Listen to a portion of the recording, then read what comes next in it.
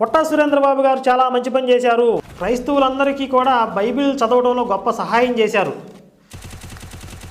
అని చెప్పి మెచ్చుకుంది ఈవిడ. మరి మెచ్చుకున్నప్పుడు పుట్టా సురేంద్రబాబు గారిని తీసుకొచ్చి సన్మానం చేయండి. ఈ పుస్తకం అంత మంచిదైతే మీరు కూడా ఒక పుస్తకాలు కొని పంచండి.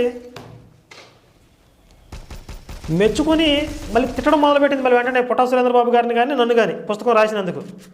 చాలా మంచి పని చేశారంటే అంతకుముందు మరి మంచి పని చేసినప్పుడు సన్మానం చేయాలి కదా, మళ్ళీ తిట్టడం ఎందుకు మళ్ళీ అంటే లోపలేమో కొత్త ఉడికిపోతుంది. ఏం చేయాలో అర్థం కావట్లేదు. ఫ్రస్ట్రేషన్లో ఉన్నారు. బైబిల్లో ఉన్న నిజాలన్నీ బయటకు వచ్చేస్తున్నాయి ఎలాగా అని. అందుకని ముందు మీరు చేసిన మాకేం నష్టం లేదన్నారు. తర్వాత ఏమో ఒరిజినాలిటీ బయటకు వస్తుందన్నమాట.